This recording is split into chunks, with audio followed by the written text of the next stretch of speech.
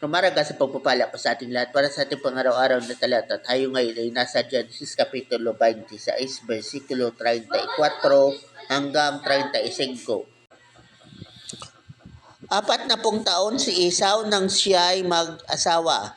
Si Judith na anak ng Hiteyong si Beeri ang naging asawa niya. Nang pangasawa rin niya si Basimat, anak naman ni Elon, isa ring Hiteyo. Ang dalawang ito ang naging dahilan ng pagmimighati ni Isaac at ni Rebecca.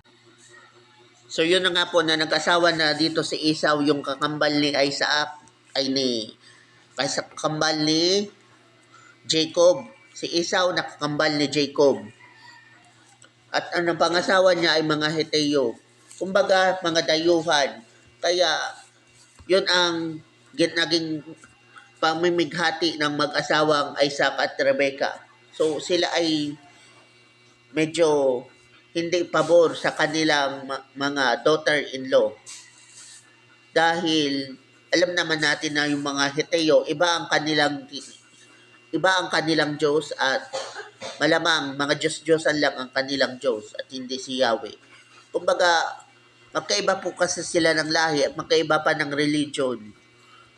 So, ganon. Hindi sila magkasundo.